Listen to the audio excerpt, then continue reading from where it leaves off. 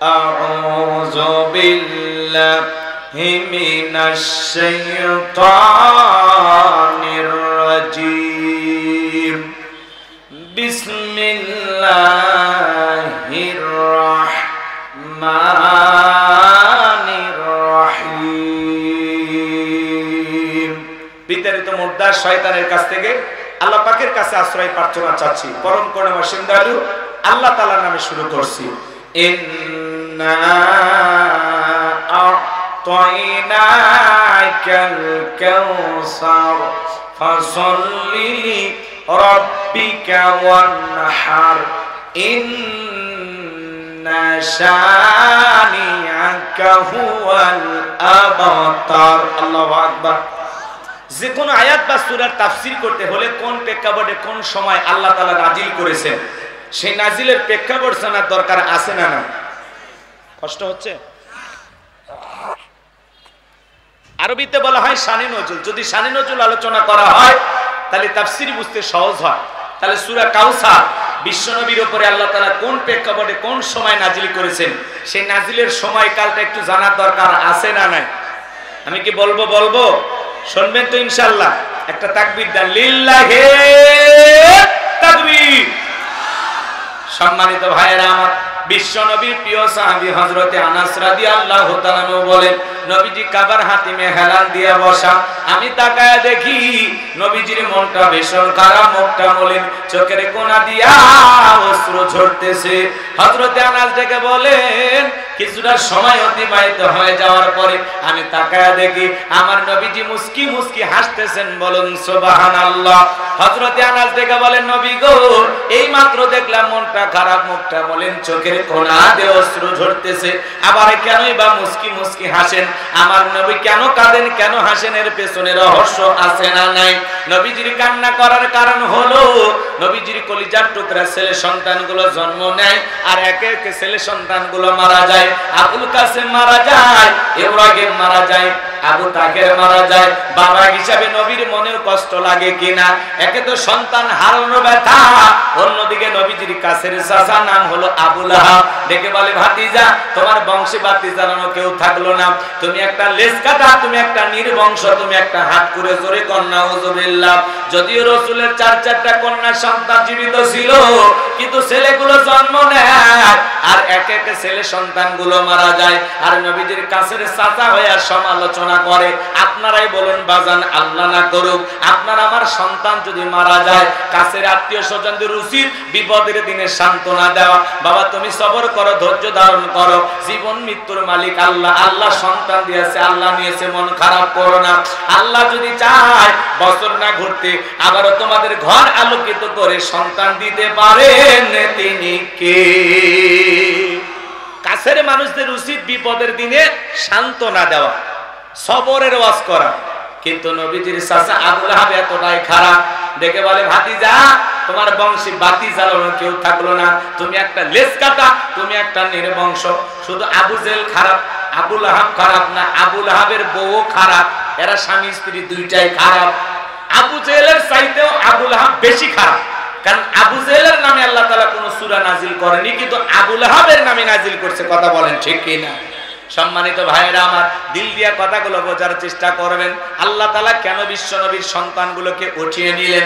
অনেক পয়গম্বরের সন্তান জীবিত ছিল প্রাপ্ত বয়স পর্যন্ত, কিন্তু বিশ্বনবীর একটা আম্মা জান আয়েশাকে কি দিলেন?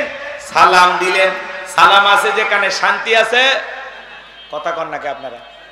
নবীজি ঘরে ঢুকে তার স্ত্রীকে সালাম দিলেন। আপনি আমি যখন বাড়িতে প্রবেশ করব, স্ত্রীকে সালাম দেওয়ার দরকার আছে না নাই? এই আমল আপনার আমার ঘরেও চালু থাকার দরকার আছে না নাই? বাড়িতে যা বউকে সালাম দিবেন, আসসালামু আলাইকুম রহিমা, কেমন আছো সোনা? ঘরের দরজাটা খোলো না, আমি তোমার লিটনের বাপ, তোমার দিওয়ানা। বেউ খুশি হয়ে দরজা খুলে দেবে। কথা বলেন ঠিক কি না? কিন্তু আপনার আমার ব্যবহার এত মিষ্টি না। ঘরের দরজা যে চিৎকার মেরে ডাক দেয়, এ রুবেলের মা, এ রুবেলের মা, দরজা খোল। বেশি দেরি হলে দরজা ভাঙ্গে ফেলে দিয়া, আজ তোর পিঠের ওপর কি যে হবি রে। ভিতর থেকে বউ বলে, এটা স্বামী না, সেখানে আজরাইল। কথা কন, কথা কন। বউ সালাম দিবেন, বাড়ির যা সালাম দিবেন। স্বামীও সালাম দেয় না, বউ সালাম দেয় না, দুইজনে বোবা। কথা কয় না, কথা কয় না। সূরা নূরের 27 নম্বর আয়াত আল্লাহ স্পষ্ট জানিয়ে দিয়েছেন, এক মুমিন আর এক মুমিনের গৃহে প্রবেশ করতে হলে, একজন আর একজনের বাড়িতে প্রবেশ করতে হলে, এক মুমিন আর এক মুমিনের বাড়িতে প্রবেশ করতে হলে গৃহবাসীর অনুমতি নিতে হবে। সালাম দিয়া অনুমতি নিয়া তারপরে বাড়িতে ঢুকতে হবে। আর আপনি বাচ্চা কয় বাড়ির মধ্যে ঢুকে যান, বাচ্চার বইয়ের অন্য ঠিক নাই, ওর মা কি করতেছে, ওর বোন কি করতেছে, এক নজরে সিসি ক্যামেরা সব দেখা শেষ। কথা বলেন না কেন? মুসলমান হিসাবে আর একজন মুসলমানের বাড়িতে প্রবেশ করতে হলে সালাম দিয়া অনুমতি নিয়ে ঢোকা লাগবে। খালি ওয়াজ শুনলে হবে না, আমল করা লাগবে। কথা কম। বাড়ি যে বউক সালাম দেবেন, লোকজন যদি না থাকে বইয়ের হাত ধরে মুসাফা, এ যুবকে কার হাত? বইয়ের হাত। পাশের বাড়ি ভাবির হাত না ধরলে ঝাঁটা দিয়ে পিটাবে। বইয়ের হাত ধরে মুসাফা করবেন। একেবারে যদি ময়দান ফাঁকা থাকে কোলাকুলি সেরে নেবেন। এই ওয়াজ এক জায়গায় করলাম, এক যুবক বলে হুজুর বউকে সালাম দিদিকে শরম লাগে। আমি তখন বললাম, বাবা তুমি কি বিয়ে করছো? কি কোন হুজুর? 3 সন্তানের বাপ আমি। আমি তখন বললাম, বাবা স্ত্রী সহবাসের একটা দোয়া আছে, তুমি কি জানো? কয় দোত হুজুর, এটা দোয়া পড়ার টাইম। কথা কয় না। বিয়ে করে বইয়ের বাচ্চা হয়ে গেছে শরম লাগে না, সালাম দিতে গিয়ে শরম লাগে। ওটা শরম না শয়তানি? কথা কন নাকি আপনারা? দাম্পত্য জীবনে আজকে সুখ আর শান্তি নাই, এর পিছনে কারণ আমরা দাম্পত্য জীবনে নবীজির সুন্নতগুলো আমল করি না। কথা বলেন ঠিক কি না? আপনি যদি দাম্পত্য জীবনে সুখ আর শান্তি পেতে চান, রাসূলের 4টি সুন্নত আমল করা লাগবে। জোরে বলেন কয়টি? রাসূলের 4টি সুন্নত যদি দাম্পত্য জীবনে আমল করতে পারেন, মৃত্যু পর্যন্ত সম্পর্ক টিকে থাকার গ্যারান্টি। বলেন আল্লাহু আকবার। কয়টি সুন্নত? কথা বলেন না কেন? স্লোগান শোনেন না? আপনি কি দাম্পত্য জীবনে অসুখী? যদি সুখ আর শান্তি পেতে চান, জোরে বলেন কয়টি সুন্নত? 4টি সুন্নত আমল করা লাগবে। এখনই যদি আমি 4টি সুন্নত বলা শুরু করে দিই, আলোচনা এলোমেলো হয়ে যাবে। ধৈর্য নিয়ে আপনারা শেষ পর্যন্ত থাকবেন তো ইনশাআল্লাহ। কারা কারা শুনতে চান একটু হাত তুলে দেখান তো বাজান। লিল্লাহে তাকবীর। হাত নামান আমার ভাইরা। তাহলে বউকে সালাম দিবেন। আজকে হঠাৎ করে সালাম দিবেন, আসসালামু আলাইকুম। বউ হয়তো বা চমকে উঠবে, কারে সালাম দিলেন? তখন বলবেন, সকিনা তোরে সালাম দিলাম। 2-4 দিন দিতে দিতে অভ্যাসে পরিণত হবে। কথা বলেন না কেন? সন্তান আছেন আপনাদের, ছোট ছোট বাচ্চাদেরকেও সালাম দিবেন, আদব কায়দায় শিখাইতে হবে। ছেলে যখন যুবক হবে, এই যুবক ছেলে যদি মায়ের রুমে প্রবেশ করে, তাহলে মায়ের রুমে যুবক ছেলে প্রবেশ করতে হলেও মায়ের অনুমতি নিয়ে ঢোকালে। কার অনুমতি লাগবে? মায়ের। আসসালামু আলাইকুম আম্মা জান, আমি একটু আপনার সাথে কথা বলার জন্য ভিতরে কি আসতে পারি? মা অনুমতি দেবে, তারপরে ঢুকবে। অনেকে করছে, হুজুর আজকে আসমানের থেকে বললাম, এলে কি ওয়াজ করতেছে, কি এরকম ভাবতেছে? মুসলমান ভাইরা আমার, দিল দিয়ে কথাগুলো বোঝার চেষ্টা করবেন বাজান, সামনে গেলে মজা পাবেন। আমি যে কথা বলতে চাচ্ছিলাম, আম্মা জান আয়েশা ডেকে বলেন, নবীজি সালাম দিয়ে যখন ঘরের ভিতরে প্রবেশ করলেন, নবীজির চেহারার আলোতে সুইটা কই পড়ে আছে আমি পরিষ্কার দেখতে পেয়েছি। বলুন সুবহানাল্লাহ। নবীর সম্মান মর্যাদা কত জানেন? যে নবী হা বললে তামাম পৃথিবীবাসীর জন্য আল্লাহ পাক হালালে পরিণত করে দেয়, যে নবী না বললে তামাম পৃথিবীবাসীর জন্য আল্লাহ পাক হারামে পরিণত করে দেয়। যে নবী আসমানের চাঁদের দিকে ইশারা করলে চাঁদ 2 টুকরো হয়ে যায়, জমিনে পা তুললে মাওলা পাকের আরশে আজিমে পৌঁছে যায়। বলেন সুবহানাল্লাহ। নবীজি যখন জমিনে পথ চলতেন, আসমানের মেঘ এসে বিশ্ব নবীকে ছায়া প্রদান করতেন। নবীজি যখন ঘেমে যেতেন, আম্মা জানেরা নবীজির দেগের ঘামগুলো শিশির ভিতরে জমা রাখতেন। বিশেষ দিনে নবীজির দেগের ঘামগুলো সুগন্ধি হিসেবে ব্যবহার করা হতো। বলেন সুবহানাল্লাহ। হযরতে আনাস ডেকে বলেন, নবীজির দেগের ঘামের চাইতে দামি শুকরান আমি জীবনে কোনোদিন নাকি পাইনি। বলুন সুবহানাল্লাহ। নবীজি থুতু নিক্ষেপ করলে সেখান থেকে সুগন্ধি বের হয়। নবীজি ওযু করলে ওযুর পানি দিয়ে সুগন্ধি বের হয়। নবী যেই পথ দিয়ে হেঁটে যায়, সেই পথ দিয়া সুগন্ধি পাওয়া যায়। যেই ছাগলের স্তনে দুধ নাই, বিশ্ব নবী যদি হাত লাগায়া যায়, দুধে পরিপূর্ণ হয়ে যায়। যেই খাবার 2-3 জন মানুষ খাবে, ওই খাবারে যখন বিশ্ব নবীর হাতটা লেগে যায়, শত শত মানুষ খাবার কেউ যেমন খাবার তেমনি থাকতো। বলুন সুবহানাল্লাহ। মক্কা নগরীতে একজন মহিলা, তার স্বামী মারা গেছে, 3টা সন্তান রেখে কিছুটা দিন অতিবাহিত হয়ে যাওয়ার পরে বড় ছেলেটা ডেকে বলে, মা বাবা মারা গেছে, কেউ তো আমাদের খোঁজ খবর নিতে আসে না। ও মা, ইতিমের দরদ এতিম নবী ছাড়া কেউ বুঝবে না। মা, কালেমা পড়ে মুসলমান হই আর না হই, অন্তত মনের দুঃখটা বলার জন্য একটু নবীর কাছে যায়। মহিলা রাজি হয়ে গেলেন, তার 3 জন সন্তানকে নিয়ে বিশ্ব নবীর দরবারে চলে আসলেন। নবীজির চেহারার দিকে তাকাইয়া 2টা ভাই, এক ভাই আর এক ভাইকে বলতেছে, বড় ভাই, এ কেমন মানুষের চেহারার দিকে তাকাইলাম গো, যার চেহারার দিকে তাকাইয়া আমার পেটের ক্ষুধা নিবারণ হয়ে গেছে, বলুন সুবহানাল্লাহ। বড় ভাইটিকে বলে, ছোট ভাই, আমারও তো একই অবস্থা, এ কেমন মানুষের চেহারার দিকে তাকাইলাম, যার চেহারার দিকে তাকাইয়া আমার কয়েক দিনের পেটের ক্ষুধা চলে গেছে, বলুন সুবহানাল্লাহ। কেমন নবী পাইছি, কেমন দামি নবী পাইছি। হযরতে বেলাল নবীজির চেহারার দিকে তাকাইয়া দেখে বলে, নবী, আপনার চাইতে সুন্দর মানুষ আমি জীবনে কোনোদিন দেখি না। ও নবী, আপনি কালেমার দাওয়াত দেন, ইসলামের প্রচার প্রসার করেন, দয়া করে আমারে কালেমা পড়ে মুসলমান বানায় দেন। বিশ্ব নবী হযরত বেলালকে পড়া দিলেন, লা ইলাহা ইল্লাল্লাহু মুহাম্মাদুর রাসূলুল্লাহ সাল্লাল্লাহু আলাইহি ওয়াসাল্লাম। হযরতে বেলাল কালেমা পড়ে মুসলমান হয়ে গেল। নবী আমার দিকে বলে, বেলাল, ইসলামের অবস্থা কোন ভালো না, কালেমা পড়েছো, আপাতত প্রকাশ করা যাবে না। আপনারাই বলেন তো বাজান, ইসলামের অবস্থা কি সব সময় ভালো থাকে? আজও তাম পৃথিবীর দিকে তাকায় দেখেন, তাম পৃথিবীর জালেম আর বেঈমানেরা ঐক্যবদ্ধ হয়েছে ইসলাম আর মুসলমানকে পৃথিবীর মানচিত্র থেকে বিদায় করে দেওয়ার জন্য। আজ ফিলিস্তিনি জমিনে মুসলমানের রক্ত নিয়ে খেলা করে জালেম নেতানিয়াহু। মনে রাখবেন বাজান, এই পৃথিবীর জমিনে নমরুদ ফিরাউনের যেমন জায়গা হয় নাই, ওই নেতানিয়াহুর জায়গা পৃথিবীর জমিনে হবে না। কাশ্মীরে মুসলমানের রক্ত নিয়ে খেলা করে, চীনের উইঘুরে মুসলমানদেরকে হত্যা করা হয়, আজও ভারতে গরুর গোশত খাওয়ার অপরাধে মুসলমানদেরকে হত্যা করা হয়। জয় শ্রীরাম স্লোগান না দেওয়ার কারণে আজও গুজরাটের জমিনে মুসলমানদেরকে পিটানো হয়। কথা বলে, যেখানে মুসলমান সেখানে জালেমদের নির্যাতন জুলুম আছে না নাই?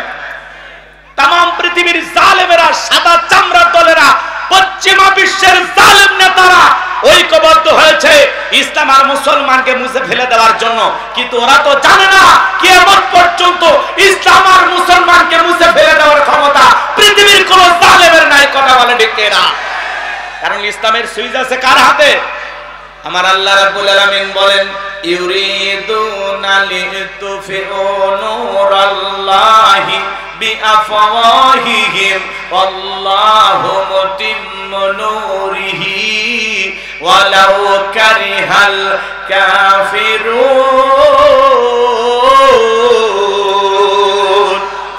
সূরা সাদ আয়াত নাম্বার 8 আল্লাহ রাব্বুল আলামিন জানিয়ে দিলেন, কাফেররা চায় মুখের বুৎকার দিনের আলোকে, ইসলামের আলোকে, কোরআনের আলোকে নিভায়া দিতে। আমার আল্লাহ ডেকে বলেন, আল্লাহু মুতিম্মু নূরিহি, এই জমিনে দিনের আলোকে, কোরআনের আলোকে, ইসলামের আলোকে আমি আল্লাহ রাব্বুল আলামিন প্রতিষ্ঠিত করে ছাড়ব। যদিও কাফের বেঈমানদের অন্তরে যত ধরনের জ্বালা যন্ত্রণা হোক না কেন, বলুন আল্লাহু আকবার। ইসলাম ছিল, আছে, থাকবে। ইসলামকে মুছে ফেলতে আসবে যারা, পৃথিবীর মানচিত্র থেকে ওই জালেমদেরকে মুছে ফেলে দেবেন আমার আল্লাহ। কথা বলেন না কেন? আমার আল্লাহ ডেকে বলে, আমার নাম আল্লাহ। যারা দিতে চাই আমি আল্লাহর সাথে পাল্লা, আমি রাখবো না তাদের ঘাড়ে কাল্লা। চিৎকার মেরে বলুন সুবহানাল্লাহ। আল্লাহর সাথে পাল্লা দিয়ে কোন জালেম টিকতে পারে? জোরে বলেন, টিকতে পারে? পারে না। যাদের হাতে মুসলমানের রক্ত লেগে আছে তাদের পরিণতি ভালো হবে না। বাংলার জমিনে যারা সোনার মানুষদেরকে ফাঁসির দড়িতে ঝুলিয়েছিল, শাপলা চত্বরে বিদ্যুৎ বন্ধ করে, মিডিয়া বন্ধ করে, 2013 সালের 5ই মে শাপলা চত্বরে যারা আলেমদেরকে, হাফেজদেরকে হত্যা করেছিল, নির্ভর মানুষদেরকে বছরের পর বছর জেলখানায় বন্দী করে রেখেছিল, যাদের হাতে মুসলমানের রক্ত লেগেছিল, ক্ষমতার চেয়ে ছুঁয়ে তারা পালিয়ে গেছে। কথা বলেন ঠিক কিনা? আমরা বারবার বললাম ম্যাডাম পদত্যাগ করেন, আল্লাহ বলে কিসের পদত্যাগ? ওরা যে অন্যায় অপরাধ করেছে শুধু পদত্যাগ না, আমি আল্লাহ ওদেরকে দেশ ত্যাগ করতে বাধ্য করব। ইন্না বাতশা রাব্বিকা লাশাদীদ, আল্লাহর পাকড়াও বড় কঠিন। আল্লাহ ধরে না, যেদিন ধরবে মামু বাড়ি দিল্লি গিয়ে পড়বে। কথা বলেন ঠিক কি না? ক্ষমতার চেয়ার থুয়ে পালিয়ে গেছে। কথা কন, বড় বড় কথা বলতে পালাবো না, হারাবো না, কই পালিয়েই তো গেলে। আগামী তো সিদ্ধান্ত নেন, আর যাই হোক কোন নারীকে এই দেশের প্রধানমন্ত্রী বানানো যাবে না। যেই দলেরই হোক, পুরুষ হবে আমাদের প্রধানমন্ত্রী। কারা কারা চান হাত তুলে দেখা? পুরুষ হবে আমাদের প্রধানমন্ত্রী। কথা বলেন ঠিক কি না? লিল্লাহি তাকবীর। হ্যাঁ, হাত নামান। নারীদের দেখার দিন শেষ, আগামীতে পুরুষের বাংলাদেশ। পুরুষ হবে আমাদের নেতা, নেতা পুরুষ। পুরুষ কথা কয় না কে? মেয়ে মানুষের রাগ বেশি, জেদ বেশি, অভিমান বেশি। দেখেন না, স্বামীর সাথে ঝগড়া লাগে, হাড়ি পাতিল ভেঙে ফেলে দেয়, স্বামী তুলে আছাড় মারে, রাগ করে সংসার ঠিয়া বাপের বাড়ি পালিয়ে যায়। 20 কোটি জনগণ রাইকা একটা সুন্দর দেশ চাইকা ক্ষমতা চেয়ার থেকে পালিয়ে গেছে। কেন চলে গেলেন? কেন চলে গেলেন? আপনি যদি পদত্যাগ করে জেলেও যাইতেন, তাও এই দেশের মানুষের ক্ষতি হইতো না। কথা বল ঠিক কি না? কেন চলে গেলেন? আবার বলে আমি দেশের কাছে এসে চট করে ঢুকবো। যাওয়ার আগে বলে যাননি, আসার আগে কোনো অভিনয় করবেন না। যেই দিকটা মন চায় আপনি আসেন। কথা কন না কেন? এই দেশ আপনার বাবার, এই দেশ আপনার স্বামীর, আপনি আসেন। কথা কন না কেন? বিরক্ত হয়েছেন আমার কথায়? বিরক্ত হবেন না। বড় বড় কথা বলতে ওরা কি বলেন? হক কথা তিতে লাগে না? যা হয় হয়ে যায়। ওনার কল রেকর্ড মাঝে মাঝে ফাঁস হয়, বলে আমি দেশের এখনো প্রধানমন্ত্রী আছে। আপনি যদি প্রধানমন্ত্রী থাকেন তা ভারতে কি করেন? তাড়াতাড়ি দেশে আসেন। আচ্ছা, ডক্টর ইউনূস সাহেব ধাক্কা মেরে ফেলে দিয়ে আপনি চেয়ারে বসেন, দেখি তো বাপের বেটি কেনকার। ক্ষমতার চেয়ার থেকে নামা সহজ, কিন্তু ওই চেয়ারে ওঠা কঠিন। কথা কন। ক্ষমতা হারে আবল তাবল কথা বল। কেন চলে গেলেন? থাকলেন না কেন? কথা কন না কে আপনারা? আর ডক্টর ইউনূস সাহেব আহারি এমন এক মানুষ আমরা প্রধান উপদেষ্টা হিসেবে পাইছি, আলহামদুলিল্লাহ। পুরো পৃথিবীর বড় বড় লিডারেরা তাকে সালাম দেয়। ব্যাংককে দেখলেন না, আমাদের পাশের দেশের দাদা, হ্যাঁ, সম্মান প্রদর্শন করতে গিয়ে সবাই মিলে দাঁড়িয়ে গেছে, বলে সরি দাদা, সরি। কথা কন না কেন? দেখেছে ডক্টর ইউনূসের পাওয়ার? দেখছে? চীনে গেলেন লাল গালিজার সংবর্ধনা, ব্যাংককে গেলেন ফুলের মালা পাইলেন। নরেন্দ্র মোদী সাহেবের সাথে বৈঠক ছিল, সেই বৈঠকে অংশগ্রহণ করতে গেলেন, সবাই সম্মান প্রদর্শন করতে গিয়ে দাঁড়াইতে বাধ্য হয়েছে। এর নাম ডক্টর ইউনূসের পাওয়ার। বাংলাদেশকে নতুন ভাবে স্বপ্ন দেখানোর জন্য এই 84 বছরে উনি যা করতেছেন, ওনার জন্য আমাদের দোয়া ভালোবাসা আছে। কথা বলেন ঠিক কি না? পাগলা মসজিদের নাম আপনারা শুনছেন, শোনেন না? কিশোরগঞ্জের এক পাগলা মসজিদ, বাপরে বাপ, যে দান বক্স খুললে কোটি কোটি টাকা পাওয়া যায়, সেই পাগলা মসজিদের দান বক্সে এইবার একটা চিঠি পাওয়া গেছে। একজন দোয়া চাইতেছে, যে একটা চিঠির ভিতরে লিখছে, ডক্টর ইউনূসকে আমি 5 বছর বাংলাদেশের প্রধানমন্ত্রী হিসেবে দেখতে চাই। ডক্টর ইউনূস 5 বছর এই দেশ চালাবে, এই দোয়া চাইয়া পাগলা মসজিদের দান বক্সে এক ভক্ত চিঠি লিখছে। মারহাবা খান। যদি আমরা এগুলো করতে উৎসাহ দিতেছি না, কিন্তু মানুষের আবেগটা গেছে কোথায়? অনেকে বলতেছে কিসের নির্বাচন? উনি যতদিন মনে চাই থাক না, সমস্যা তো আর হচ্ছে না।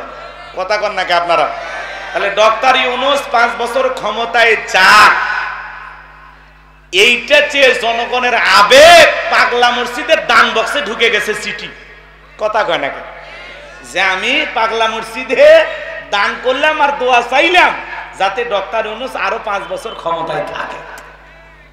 উনি 6-7 মাসে যে খেলা দেখাইতেছেন, আগামী 5 বছর যদি সত্যি দেশের জনগণ তাকে ক্ষমতায় রাখতে পারে, আমার বিশ্বাস এই বাংলাদেশ পৃথিবীর উন্নয়নশীল একটা রাষ্ট্র হিসেবে পৃথিবীর মানচিত্রে মাথা উঁচু করে দাঁড়িয়ে যাবে ইনশাআল্লাহ।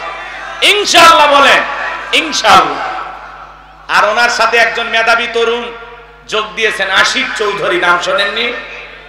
উনি আজকে সংবাদ সম্মেলনে এসে কথা বলেছেন আর বলেছেন অনেক মিডিয়াতে আমার এই উপস্থাপনার প্রশংসা করা হচ্ছে, কিন্তু আমি প্রশংসা পাওয়ার মতো কোনো কাজ করিনি, এটা আমাদের পুরো টিমের প্রশংসা পাওয়ার যোগ্য। আমি শুধু জাস্ট আমার যেটা কাজ আমি সেই কাজটাকে করেছি, আমার এটা একটা চাকরি, এটা ভেবে আমি কাজটা করেছি, আপনাদের প্রশংসা পাওয়ার জন্য কাজ করিনি। মারহাবা কর। কি একজন বিনয়ী মানুষ, মারহাবা কর। সম্মানিত ভাইরা আমার, তাহলে দেশের মানুষের আবেগ ভালোবাসা গেছে কোথায়? এই সমাজের হাজার হাজার মানুষ এখন চাইতেছে, লক্ষ লক্ষ মানুষ চাইতেছে, কোটি কোটি মানুষ চাইতেছে ডক্টর ইউনূস আরো কিছুদিন ক্ষমতার চেয়ারে বসে থাক। কথা বলেন ঠিক কিনা? পাগলা মসজিদের দান বক্সে সিটি পর্যন্ত লিখতেছে ইউনূসকে 5 বছর ক্ষমতায় দেখতে চায়। এই আবেগ ভালোবাসা গেছে কোথায়? আল্লাহ আল্লাহ বাংলাদেশের জমিনের শান্তি ফিরাইয়া দাও, জোরে বলেন আমিন। লম্বা ভাবি লম্বা করবো না বাজান। এই জন্য ইসলামের অবস্থা সব সময় ভালো থাকে না। নবী ডেকে বলে বেলাল, ইসলামের অবস্থা কোনো ভালো না, কালেমা পড়েছ আপাতত প্রকাশ করা যাবে না। হযরতে বেলাল ডেকে বলে নবী, আমার জীবনের কোনো দাম নাই, আমার মনিব উমাইয়া, তাকে আমি বলেছিলাম উট দুম্বা ছাগল পেশাব পায়খানা করে দেয়, এই ঘরে থাকতে আমার বড় কষ্ট হয়, আমার জন্য একটা আলাদা ঘরের ব্যবস্থা করে দেন। উমাইয়া ডেকে বলে বেলাল, উট দুম্বা ছাগলের দাম আমার কাছে আছে, কিন্তু তোর মতো কালো হাসি বেলালের দাম আমার কাছে নাই। জোরে বলেন নাউজুবিল্লাহ। নবী গো, আপনি শুধু আমাকে দোয়া করে দেন, বিছানা পরিষ্কার করেছে, তাকায় দেখো না একটা উট দুম্বা ছাগলের কাছে কোনো পেশাব পায়খানা নাই, যাও নিজেদের কাজ করো। এই কথা বলে ওদেরকে তাড়িয়ে দিলেন। এক পা দুপা করে বেলালের কাছে চলে গেলেন। হযরতে বেলাল দেয়ালে পিঠটা লাগায় জিহ্বা নাড়ায়া জিকির করে কার? হালকা করে ধাক্কা মারছে যখন, জবান দিয়ে কালেমা রস বের হয়েছে তখন এইবার ডেকে বলে বেলাল, তোর জবান দিয়ে কি শুনলাম, তুমি কি মুসলমান হয়েছো? হযরতে বেলাল ডেকে বলে, মুসলমান হয় যারা মিথ্যা কথা বলতে পারে না তারা, ওয়াকুলু কাওলান সাদীদা। মুসলমান হবে যারা, সত্যবাদী হবে তারা, মুসলমান কখনো মিথ্যাবাদী হতে পারে। আর ওরা এত মিথ্যা কথা বলতো, মিথ্যা বলতে বলতে চেহারাটা বেঁকা হয়ে গেছে, এক পা কবরে ঢুকেছে, এত মিথ্যা কথা বলে শয়তান পর্যন্ত বলে আমি এত খারাপ না, বলে হেলিকপ্টার দিয়ে পানি দিয়েছিলাম, এখন তথ্য ফাঁস হয়ে আসে, ভিডিও ফুটেজ বের হয়েছে, হেলিকপ্টার থেকে পানি নয়, ঢাকাবাসীর বুকে গুলি করা হয়েছিল। কথা বলেন, কি মিথ্যাবাদী। রাগ করবেন না আমার ভাইয়েরা, দিল দিয়ে কথাগুলো বোঝার চেষ্টা করবেন। এইবার আমার এটাকে বলে বেলাল, উট দুম্বা ছাগলের মালিক বানায় দেব, থাকার জন্য ভালো করে ব্যবস্থা করে দেব। হযরতে বেলাল ডেকে বলে উমাইয়া, দুনিয়ার কোন পার্থিব সম্পদের বিনিময়ে বেলাল তার ঈমান বিক্রি করবে না, বলে আমার কথা না শুনলে বড় নেতা আবু জেলকে খবর দিব। হযরতে বেলাল ডেকে বলে, কোন বড় নেতা ছোট নেতা এখন কাউকে গোনার টাইম নাই, আমি দুনিয়ার কোন আবু জেলকে ভয় করি না, আমি ভয় করি আমার আল্লাহকে। আল্লাহু আকবার। এইবার উমাইয়া দৌড়ে চলে গেল আবু জেলের বাড়িতে, যা বলে নেতা সংবাদ খুব খারাপ, আমার বাড়ি কি দোদাস বেলাল কালেমা পড়ে মুসলমান হয়েছে তাই নাকি? বলে হ্যাঁ, ঠিক আছে যাও আমি আসতেছি। আবু জেলের সাঙ্গ পাঙ্গ ক্যাডার মাস্তান ছিল, যাদের কাজই হলো মুসলমানদের উপর নির্যাতন জুলুম চালানো। আজও तमाम পৃথিবীর দিকে তাকায় দেখবেন জালেমদের বিশেষ একটা বাহিনী থাকে, যাদের কাজই হলো টুপিওয়ালা দাড়িওয়ালা ইমানদার আল্লাহওয়ালাদের উপর নির্যাতন জুলুম চালানো, মুসলমানদেরকে টার্গেট করে করে বিদায় করা। কথা বলেন ঠিক কিনা? আবু জেল কত বড় বদমাইশ ছিল জানেন? হযরতে আম্মার রাদিয়াল্লাহু তাআলা আনহু রাস্তাতে হেঁটে যাচ্ছেন, তার মা সুমাইয়াকে সঙ্গে নিয়ে। আবু জেল ডেকে বলে, আম্মার শুনেছি তোমরা নাকি মুসলমান হয়েছো। হযরতে আম্মার ডেকে বলে, হ্যাঁ যা শুনেছেন সত্য, আমরা কালেমা পড়ে মুসলমান হয়েছি। আবু জেল ডেকে বলে, আম্মার তুমি কি জানো এর পরিণতি কত ভয়ঙ্কর হতে পারে? এইবার আবু জেল হযরতে আম্মার রাদিয়াল্লাহু তাআলা, তার বয়স 18 থেকে 22 বছর হবে, এবং তার মা সুমাইয়া দুইজনকে দুইটা খুঁটির সাথে বাঁধলেন। আর ডেকে বলে, আম্মার এই মুহূর্তে যদি একটা খেলা দেখাই বলতো কেমন হবে? হযরতে আম্মার বলে, কি খেলা দেখাইবা? আবু জেল ডেকে বলে, আম্মার রে, তোর চোখের সামনে যদি আজকে আমি তোর মাকে উলঙ্গ করি বল তো কেমন হবে? হযরতে আম্মার মাথাটা নিচু করলেন। হযরতে সুমাইয়া ওপাশ থেকে ডেকে বলে, আমার সন্তান, বেঈমানদের কথায় কখনো ঈমান ছাড়বা না। আবু জেহেল দৌড়ে চলে। আমার আল্লাহ ডেকে বলে, জিবরাইল, আমার বন্ধুর মা নাই, বাবা নাই, আমি ছাড়া আমার বন্ধুর কেউ নাই রে জিবরাইল। আমার বন্ধুর মনটা হয়েছে ভারী, আমি আল্লাহ সইতে নাহি পারি। লাহু মাহফুজ থেকে সূরা কাউসার নিয়ে যায় আমার বন্ধুর উপরে নাজিল কর, তাড়াতাড়ি বলুন সুবহানাল্লাহ। বিশ্ব নবী ডেকে বলেন, আনাস, আমার মনটা কেন খারাপ তোমরা জানো?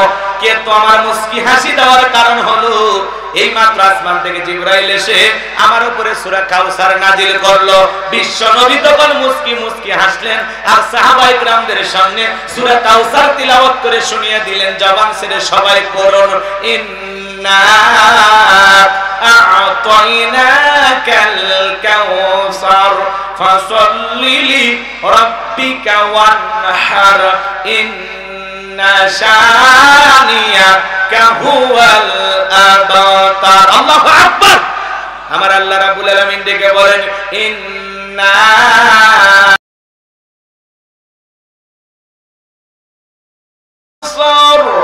ফাসাল্লি লিরাব্বিকা ওয়ানহার ইন্না শানিয়াকা হুয়াল আবতার। যার কণ্ঠ যত ভালো, কোরআন শুনতে তার কণ্ঠ দিয়ে তত বেশি সুন্দর লাগে। কথা বলে না কেন? কোরআন এমন একটি কিতাব। ছোটবেলায় বাবার হাত ধরে মসজিদে গিয়েছিলেন, ইমাম সাহেবের কণ্ঠে সূরা ফাতিহা শুনেছিলেন। আপনার বয়স এখন 50-60 বছর। যারা দৈনিক 5 ওয়াক্ত সালাত আদায় করে, কমপক্ষে 40 বার সূরা ফাতিহা পাঠ করতে হয়। কোন মানুষ কি বিরক্ত হয়ে বলছে যে সূরা ফাতিহা পড়তে আর ভালো লাগে না? বলে কোরআনের আকর্ষণ কমছে? কবে না। কোন ইমামকে বলেছে আমি 30 বছর সূরা ফাতিহা দিয়ে শুরু করছি, কাল মাগরিবে সূরা ইখলাস দিয়ে শুরু করব, কুল হুয়াল্লাহু আহাদ। পিছন থেকে কি বলবেন? আল্লাহু আকবার। হুজুর, আগে সূরা ফাতিহা পড়েন, এরপরে অন্য সূরা ধরেন, কারণ সূরা ফাতিহা ছাড়া নামাজ হবে? জোরে বলেন, হবে? কোরআনের ভিতর আল্লাহ এমন একটা আকর্ষণ দিয়েছে, কোরআন জোরে পড়লেও মজা লাগে, টেনে পড়লেও মজা লাগে, মাঝামাঝি সুরে পড়লে মজা লাগে। কোরআনের আকর্ষণ কিয়ামত পর্যন্ত করবে না। চিৎকার মেরে বলুন সুবহানাল্লাহ। কোরআনের ভিতরে যে মধু আছে, যে আকর্ষণ আছে, এটা কিয়ামত পর্যন্ত কমবে না। অনেক পয়গাম্বরকে আল্লাহ অনেক মজেজা দিয়েছেন, নবীও বিদায় নিয়েছে, মজেজাও বিদায় নিয়েছে, কিন্তু উম্মতে মুহাম্মাদীর জন্য বিশ্ব নবীকে আল্লাহ এমন একটা মজেজা দিয়েছেন যার নাম কোরআন। কিয়ামত পর্যন্ত এই কোরআনের আকর্ষণ কমবে না। বলুন সুবহানাল্লাহ। কি বলেন, রাগ করেন? একটা গান 2 বার 3 বার শুনে মানুষ বিরক্ত হয়, বলে এই গান বন্ধ কর, কিসের আউল ফাউল গান বাজা, মানুষ বিরক্ত হয়ে যায়। কথা কন না কথা? আপনারা কি আমার কথা রাগ করতেছেন? মানুষ বিরক্ত হয় না একটা গান শুনে, কিন্তু কোরআন শুনে কেউ বিরক্ত হয়? আর যদি কেউ বলে কোরআন শুনে আমার বিরক্ত লাগে, খারাপ লাগে, বুঝবেন আপনার অন্তর কি হয়েছে? মরিচা পড়ছে, আপনি ধ্বংস হয়ে গেছেন। কথা কম। মনটা যদি আবু বকরের মতো নরম হয়, কোরআন শুনলে ঈমানটা বাড়বে। আর মনটা যদি আবু জেহেলের মতো শয়তানিতে ভরা থাকে, আবু জেহেল সারা রাত কোরআন শোনার পরে হেদায়েত ভাগ্যে জোটেনি। কথা বলেন ঠিক কি না? মনটা আবু বকরের মতো নরম করে। আমার ভাইয়েরা, কষ্ট হচ্ছে আপনাদের। তাহলে কোরআনের সাথে আমাদের সম্পর্ক রাখা দরকার আছে না নাই? নিজেরা আলেম হতে পারেননি, হাফেজ হতে পারেননি, সন্তানদেরকে মাদ্রাসায় পড়াইয়া হাফেজ আলেম বানানোর দরকার আছে না নাই? নায়কের বাবা হয় লাভ নাই, গায়কের বাবা হয় লাভ নাই। যে অভিভাবক তার মা বাবা নিজের হাতে সন্তানকে গানের স্কুলে, নাচের স্কুলে ভর্তি করায়, এরকম মা বাবা আছে না? সন্তানকে শিখায় সা রে গা মা পা নি ধা পা গা সা মা গা গা গা গা। বলেন এগুলো শিখালে সব পাওয়া যাবে? যে মা বাবা সন্তানকে গানের স্কুলে, নাচের স্কুলে ভর্তি করে দেয়, ওই মা বাবা নিজের হাতে সন্তানকে জাহান্নামের আগুনে ফেলে দিয়েছে। কথা বলেন ঠিক কিনা? সন্তানকে মাদ্রাসায় পড়াইতে হবে, দিন শিখাইতে হবে। সন্তানের মুখে গান শুনলে মা বাবা খুব সুন্দর, হ্যাঁ রে ছেলে বড় হলে শিল্পী হবে, হ্যাঁ সন্তান একটু নাচতে পারলে কয় ডান্সার হবে। এই সমস্ত অভিভাবকের কপাল পুড়ছে, কপাল পুড়ছে। এদের ছোট ছোট বাচ্চারা কোরআন তিলাওয়াত করলো, ইসলামী সঙ্গীত গাইলো, ভালো লাগে নাই? সন্তানকে মাদ্রাসায় পড়ান, দিন শিখা, আলেমের বাবা হন, হাফিজের বাবা হন। নায়ক গায়কের বাবা হয় লাভ নাই। কথা বলেন না কেন? নায়কের বাবা হয় লাভ আছে? শাকিব খানের বাবা হইলে দাম বাড়বে নাকি একজন হাফিজের বাবা হলে? কথা কয় না, কথা কয় না। আমার কথায় অনেকেই বিরক্ত হচ্ছে না, হুজুর এলে বিরক্ত হচ্ছে। হক কথা বলা লাগবে, যতই তিতে লাগে। আমার আল্লাহ রাব্বুল আলামিন বলেন, ইন্না আ'তাইনাকাল কাউসার, অবশ্যই আমি আল্লাহ পাক আপনাকে হাউজে কাউসার দান করেছি। বলুন সুবহানাল্লাহ। এই পৃথিবীর অন্য কোন নবী রাসূলকে আল্লাহ তাআলা হাউজে কাউসার গিফট করেন নাই, আপনার আমার নবীকে আল্লাহ তাআলা হাউজে কাউসার দান করেছেন। ইন্না আ'তাইনাকাল কাউসার, নিশ্চয়ই আমি আল্লাহ পাক আপনাকে হাউজে কাউসার দান করেছি।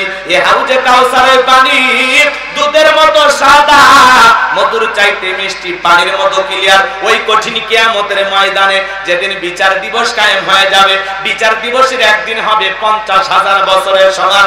ওই কঠিন কিয়ামতের ময়দানে যেদিন সূর্য সহাত মাথার উপরে চলে আসবে, সূর্যের তাপে জমিনটা হয়ে যাবে তামার জমিন, পাহাড় পর্বত নদী নালা খাল বিল বিল্ডিং আমার কোনো কিছু থাকবে না। কুল্লু মান আলাইহা ফান, এই পৃথিবীর জমিনের সবকিছু আল্লাহ তাআলা ধ্বংস করে দিবেন। যেদিন বেঈমানদের জুব্বা নাভি পর্যন্ত ঝুলে আসবে, যেদিন ভাই ভাইয়ের পরিচয় দিবে না। ইয়াউমা ইয়াফিরুল মারউ মিন আখি ওয়া উম্মিহি ওয়া আবি ওয়া সাহিবাতিহি ওয়া বানি, যেদিন ভাই ভাইয়ের কাছ থেকে পালিয়ে যাবে, মাতা পিতা সন্তানের কাছ থেকে পালিয়ে যাবে, স্ত্রী স্বামীর কাছ থেকে পালিয়ে যাবে, সন্তানেরা মা বাবার কাছ থেকে পালিয়ে যাবে। কিয়ামতের ময়দান যখন কায়েম হয়ে যাবে, কেউ কারো উপকারে আসবে না। ওই কঠিন কিয়ামতের ময়দানে আল্লাহর আরশের ছায়া ছাড়া আর কোনো ছায়া থাকবে না। ওই ছায়ার ভিতরে আল্লাহ তাআলা শাস্তিরহীন মানুষকে ছায়া দান করবেন। এটা কিয়ামতের ময়দানে আল্লাহ তৈরি করা ভিআইপি গ্যালারি, সেখান থেকে তারা কিয়ামতের ফাইনাল খেলা উপভোগ করবেন। মানুষ দলে দলে পানি পানি বলে চিৎকার মারবেন আর বিশ্ব নবীর দিকে রওনা করবেন। কিছু মানুষের চোখের সামনে আল্লাহ তাআলা পর্দার আবরণ তৈরি করে দিবেন।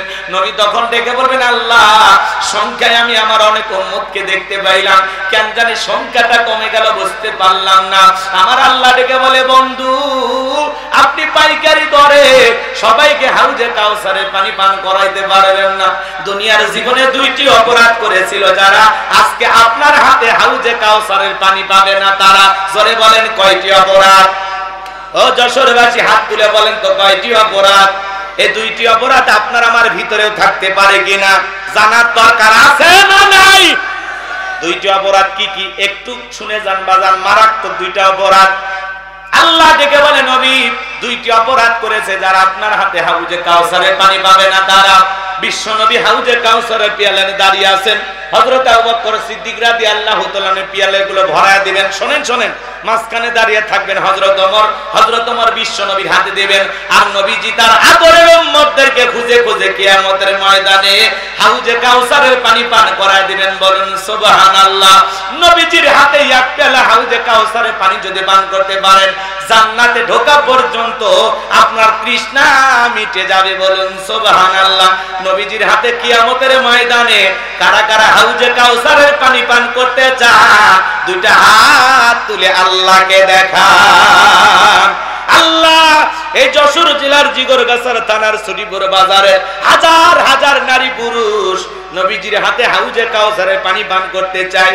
আল্লাহ তোমার কুদরতি নজর দিয়ে তাকায় দেখো, ও মালিক আমাদের সবাইকে নবীজির হাতে হাউজে কাউসারের পানি পান করার তৌফিক দান করুন। জোরে বলুন আমিন।